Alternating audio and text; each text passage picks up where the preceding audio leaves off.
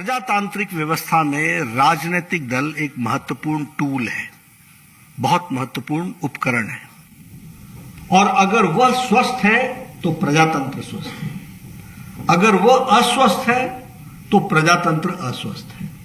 और धीरे धीरे प्रजातांत्रिक व्यवस्थाओं पर आघात पड़ने का प्रयास भी होता है और नतीजा भी इसी प्रकार का निकल करके आता है। इसलिए जब हम इस बात को कहते हैं अब डिसीजन मेकिंग प्रोसेस है, तो डिसीजन मेकिंग प्रोसेस किसी पॉलिटिकल पार्टी का क्या है? उस डिसीजन मेकिंग प्रोसेस में रिलेशनशिप बिटवीन द लीडर्स क्या है? क्या दो व्यक्तित्व बराबर की डंके की चोट पर प्रोज एंड कॉन्स पर डिस्कस कर सकते हैं, या एक को टो करना है, एक को फॉलो करना है और एक को डिक्टेट करना है? तो यह रिलेशनशिप भी बहुत महत्वपूर्ण होता है पॉलिटिकल पार्टी के डिसीजन मेकिंग प्रोसेस में। पार्टी का स्वास्थ्य कैसा है, अपना स्वास्थ्य कैसा है, उसके सिस्टम्स कैसे हैं, ये सारी चीजें बहुत महत्वपूर्ण हैं।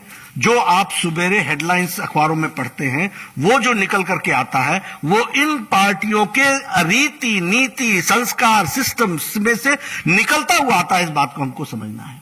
इसलिए ये जो हम देखते हैं, इसके पीछे इन सारी चीजों का बहुत बड़ा महत्व है। और उस महत्व को समझते हुए हमको ये बात ध्यान में रखनी चाहिए कि हमारा वर्किंग सिस्टम क्या है, हमारे अपने डेमोक्रेटिक सिस्टम्स क्या हैं, नॉर्म्स क्या है, रिलेशनशिप बिटवीन लीडर्स क्या है, ऑर्गेनाइजेशन का थॉट प्रोसेस क्या है, कैसे वो चलता है, इस बात को हमको ध्यान रखना चाहिए।